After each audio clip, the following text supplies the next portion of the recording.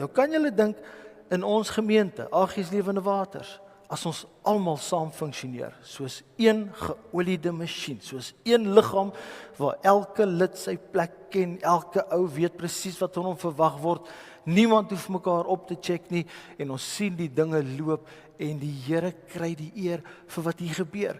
Die mooiste van hierdie hele prentjie is dat die mooi gaan nie net op 'n Sondag hierso gebeur nie, maar die mooi gaan gebeur van Maandag tot Saterdag, in die mall en op die strand en by die hawe en in die dorp en waar ook al jy beweeg, gaan ons God se mooi sien en beleef en deel was daarvan. As hy sê beter of dit is goed, daai woordjie vir twee is beter as een.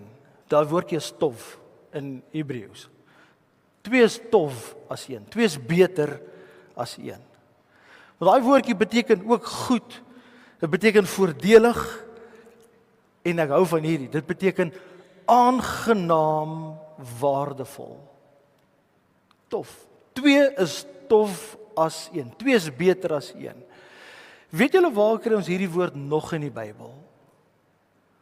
In Genesis 1. Toe die Here die aarde gemaak het, dan sê hy, en God het gesien dat die aarde tof was. Goed was.